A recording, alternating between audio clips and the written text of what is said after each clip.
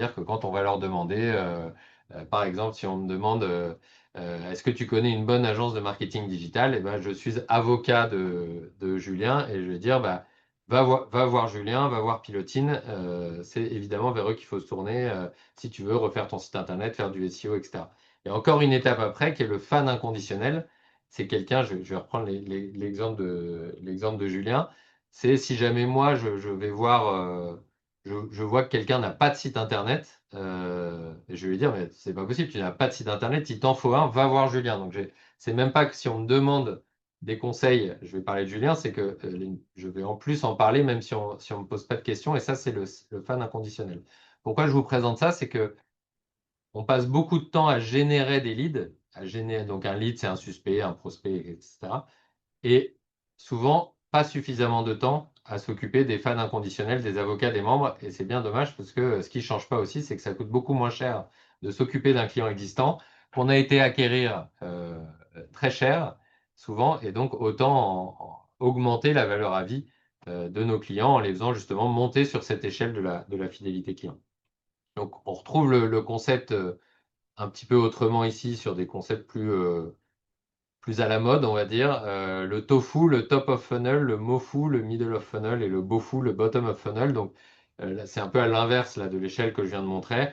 C'est on va générer euh, on va se faire connaître tout simplement sur les réseaux, sur le marché, en faisant des webinaires comme maintenant par exemple, même le webinaire plutôt au milieu, on va se faire connaître, puis derrière on va générer de la confiance, on va générer de la crédibilité, etc. grâce au MoFu, donc on va déjà perdre un petit peu de monde, et puis derrière on a le BoFu, c'est plutôt les gens qui vont être prêts à acheter, et donc là on va aller leur donner un peu plus de contenu. Julien va nous donner des exemples concrets avec Pilotine après.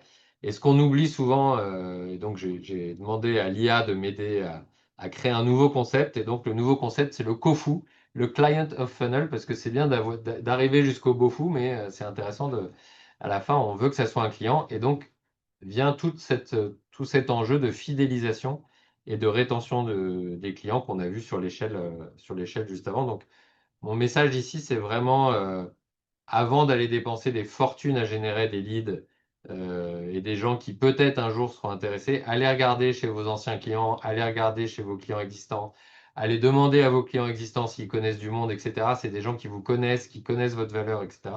Et donc, tout ça, c'est vraiment parce que vous faites du bon travail aussi que vous pouvez aller travailler là-dessus. Ce qui ne change pas non plus, c'est le fait que si on n'a pas d'objectif et qu'on ne mesure pas, on n'arrivera pas à améliorer ce qu'on fait. Donc, mon invitation, c'est de vous fixer des objectifs et notamment combien de nouveaux clients est-ce que vous désirez réellement? Souvent, quand on pose cette question, la réponse est bah, autant que possible. Mais en fait, dans votre entreprise aujourd'hui, combien est-ce que vous êtes capable, d'un point de vue opérationnel, d'accueillir de manière propre de nouveaux clients par semaine, par mois? Voilà, vous avez peut-être besoin de les accueillir. C'est évidemment pas pareil si on est en B2C dans une épicerie que si on est en B2B et qu'il faut faire un onboarding d'un client, etc. Mais posez-vous vraiment la question, c'est quoi mon vrai objectif? Et autant que possible, c'est rarement la réponse la plus pertinente.